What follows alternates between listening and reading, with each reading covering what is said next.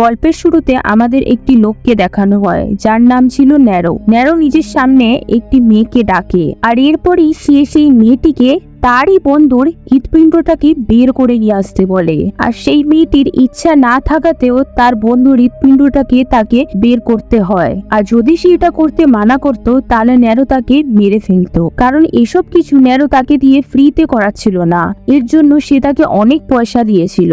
আর সেই সব পয়সাগুলো নিয়ে সেই মেয়েটি ওখান থেকে চলে যায়। আসলে ন্যারো এক খুব বড় লোক ছিল এবং সে লোকদের টর্চার করাতে খুব মজা পেত। এরপর ন্যারো নিজের ফোনে অনেক পপুলার সেলিব্রিটির ছবি দেখে। এরপর তাদের মধ্যে কিছু জনকে সে ফান হাউসে ইনভাইট করে। এরপর আমাদের ন্যারোর বাড়িটাকে দেখানো হয়, যেটা জঙ্গলের একদম মাঝখানে ছিল। এর কারণ হলো যাতে পুলিশ কোনোভাবেই তার বাড়িটাকে ট্র্যাক করতে না পারে। ঠিক এরপরেই দৃশ্য পরিবর্তন হয়, আর আমাদের একটি ছেলেকে দেখানো হয় যার নাম ছিল ক্যাসিফার। আর ক্যাসিফার সেই সেলিব্রিটিদের মধ্যেই একজন ছিল যাদের ফটো ন্যারো তার ফোনে দেখছিল। ক্যাসিফার একটা রিয়েলিটি শোতে কাজ করত, কিন্তু তার এখন রিয়েলিটি শো একদমই ভালো চলছিল না, আর যার কারণেই তার ফাইন্যান্সিয়াল অবস্থা একদমই ভালো চলছিল না। আর এরকম ধরনের লোকদেরকেই ন্যারো টার্গেট করত যাদের ফাইন্যান্সিয়াল অবস্থা ভালো থাকতো না, কারণ এইসব লোকেদেরই পয়সার দরকার থাকত। ক্যাসিফার যে রিয়েলিটি শোটাতে কাজ করত তার বসের কাছে একটা লেটার আসে, আর যেটাতে ফান হাউসের ব্যাপারে লেখা আছে। ফান হাউসও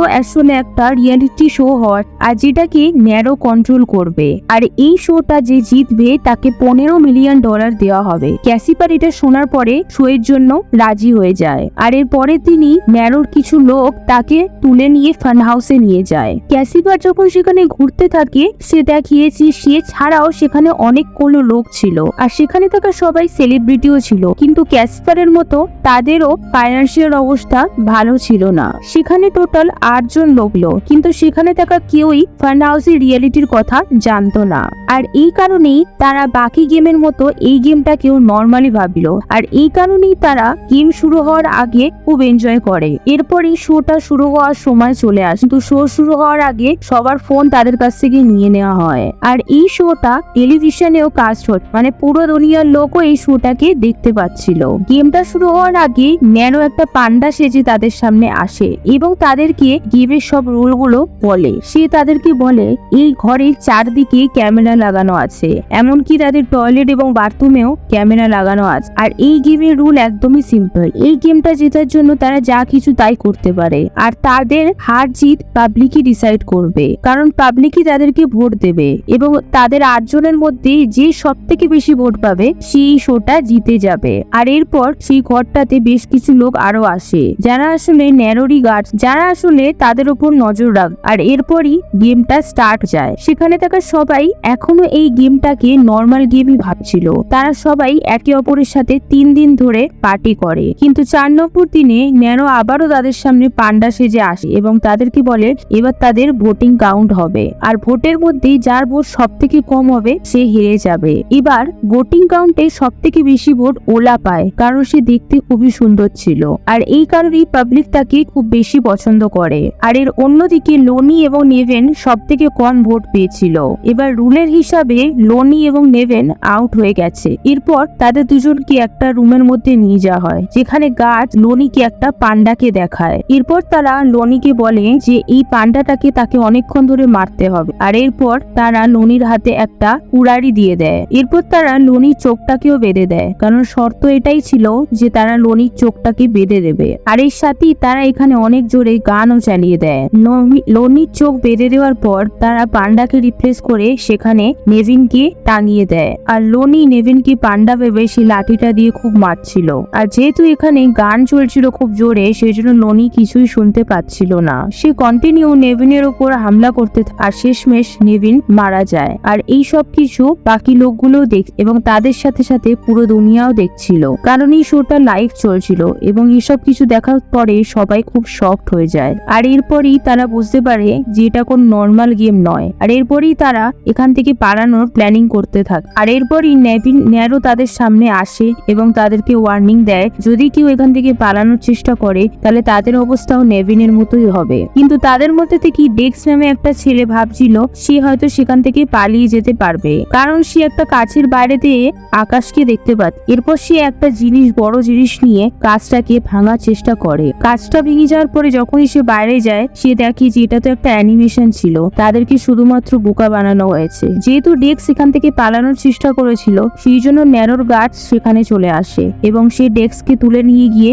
সেই রুমটাতেই নিয়ে যায়। এরপর তারা তার হাতটাকে বেঁধে তাকে ঝুলিয়ে দেয়, আর এরপরে তার নিচে একটা বক্স রেখে দেওয়া হয় এবং সেই বক্সের মধ্যে তারা অনেক রকম অ্যাসিড ঢেলে দেয়। ডেক্সের অর্ধেক শরীর সেই বাক্সটার মধ্যেই ছিল এবং যার কারণেই তার অর্ধেক শরীর পুরো গলে গেছিল অ্যাসিডে। এরপর ডেক্সও মারা গেছিল এবং এইসব কিছু লাইভেই দেখানো হতো। এইসব ব্যাপারগুলো বাইরে খুব তাড়াতাড়ি ছড়িয়ে পড়তে থাকে এবং এই খবরগুলো মিডিয়ার কাছেও পৌঁছে যায়। কিন্তু এখানে মিডিয়া এবং পুলিশ কিছুই করতে পারছিল না, কারণ তারা ফান হাউসে যে লোকেশনটা ছিল সেটাকেই ট্র্যাক করতে পারছিল না। এরপর ন্যারো আবার পান্ডা সেজে তাদের সামনে আসে এবং তাদেরকে বোঝায় যে যদি তারা এখান থেকে বেরোতে চায় তাহলে তাদেরকে পাবলিকের কাছ থেকে ভোট চাইতে হবে এবং তাদের ভোট যদি বেশি হয় তাহলে তাদের বাঁচার চান্সও অনেক বেশি আছে। আর এর মাঝখানেই দুটো মেয়ে ওলা এবং হিমেনার মধ্যে ঝগড়া হয়ে যায়। আর ঠিক এই সময় তারা টিভিতে একটি মেয়েকে দেখতে পায়। সেই মেয়েটা আর কেউ নয়, ক্যাসিফারেরই এক্স ওয়াইফ ছিল। এখানে ক্যাসিফারের ওয়াইফও এই গেমটার ব্যাপারে সবকিছু জেনে গেছিল এবং সে ক্যাসিফারকে বাঁচানোর জন্য পাবলিকের কাছ থেকে ভোট চাইতে থাকে। এখানে থাকা সবাই খুবই টেনশনে ছিল, কিন্তু তারা মনে মনে এটাও ভাবছিল যে এই টেনশন নিয়ে কিছুই হবে না, কারণ তাদের জীবন আর কিছুদিনের জন্যই আছে এবং তারা ভাবে যে জীবন শেষ হয়ে যাওয়ার আগে লাইফটাকে এনজয় করে যাওয়া উচিত এবং তারা সেখানে সবাই মিলে খুব এনজয় করতে থাকে। এবার 3 দিন পর আবার ভোট কাউন্ট করার সময় চলে আসে, আর যখন ভোটিং এর রেজাল্ট আসে তো এইবারে সব থেকে কম ভোট ওলা এবং হিমেনা পেয়েছিল, কারণ তারা বিনা কারণেই ঝগড়া করছিল। আর এরপর তাদের দুজনকে তুলে নিয়ে গিয়ে সেই রুমটাতেই নিয়ে যাওয়া হয়। এরপর তাদের দুজনের হাতেই কোদাল দিয়ে দেওয়া হয় এবং এর সাথে সাথে সেই রুমের লাইটটাও বন্ধ করে দেওয়া হয়। এবার এদের দুজনকে অন্ধকারের মধ্যে একে অপরের সাথে লড়াই করতে হবে। এরপর তারা অন্ধকারের মধ্যেই কোদাল দুটোকে নিয়ে ঘোরাতে থাকে, আর ঠিক সেই সময় ওলার কোদালটা হিমেনার মাথায় লেগে যায় আর হিমেনাও মরে যায়। আর এর থেকে আমরা জানতে পারি এবং বুঝতে পারি যে ওলা খুব সেলফিশ মেয়ে ছিল।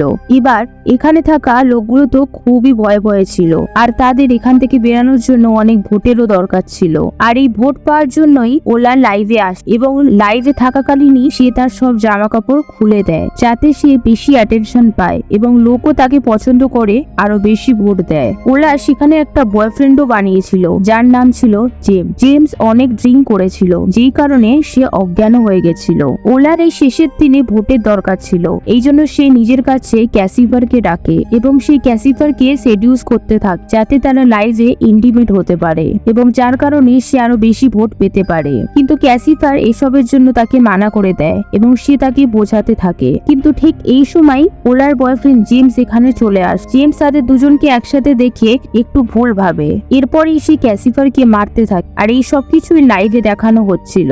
এর পরের দিন আবার ভোটিং কাউন্ট করার সময় চলে এসেছিল, আর এইবারে ক্যাসিফার সব থেকে বেশি ভোট পেয়েছিল, কেন সবাই পাবলিক বুঝতে পেরে গেছিল যে ক্যাসিফার একটা ভালো ছেলে।